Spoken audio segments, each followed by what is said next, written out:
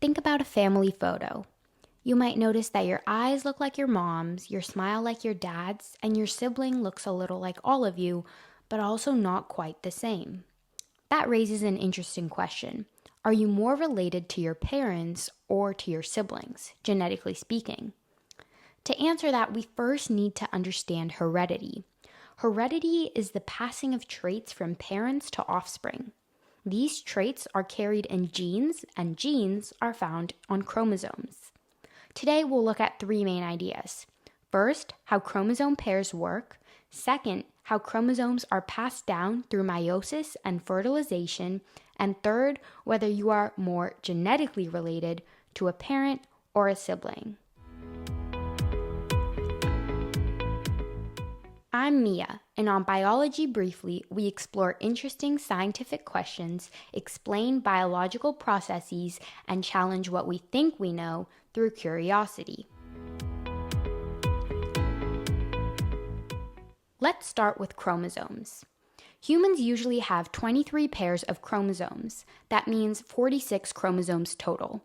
One chromosome in each pair comes from your mother, and the other comes from your father. These matching chromosomes are called homologous chromosomes. Homologous chromosomes carry the same types of genes in the same general places, but they may carry different versions of those genes. For example, imagine chromosomes like two recipe books. Both books have a recipe for eye color, hair texture, or height, but the exact instructions might be slightly different. One version comes from your mom, and one comes from your dad. This is why you can inherit traits from both parents, but still look different from each one of them. You are not just a copy of one parent, you are a combination of both. Now that we know chromosomes come in pairs, the next question is, how does each parent pass down only one chromosome from each pair? That happens through a process called meiosis. Meiosis is the process that creates sperm and egg cells. These cells are called gametes. Unlike most body cells, gametes only have 23 single chromosomes, not 23 pairs. This matters because when a sperm and egg join during fertilization, their chromosomes combine. The sperm brings 23 chromosomes and the egg brings 23 chromosomes. Together they form a zygote, which is a fertilized egg cell with 46 chromosomes once again. But meiosis does not simply split chromosomes in a perfect, predictable way. Before the chromosomes separate, they can swap small pieces of DNA. This is called crossing over. Crossing over is like shuffling two decks of cards. After shuffling, each deck still has the same number of cards, but the exact combination is different. In the same way, crossing over mixes genetic information so that each sperm or egg cell carries a unique set of genes. That is one reason siblings can come from the same parents but still look and act differently. Each child gets a different combination of the parents' genes. Now we can return to the main question. Are you more related to your parent or to your sibling? The answer is, on average, you are equally related to both. You share about 50% of your DNA with each biological parent. This is because you get half of your chromosomes from your mother and half from your father. With siblings, the number is also about 50% on average, but it is not as exact.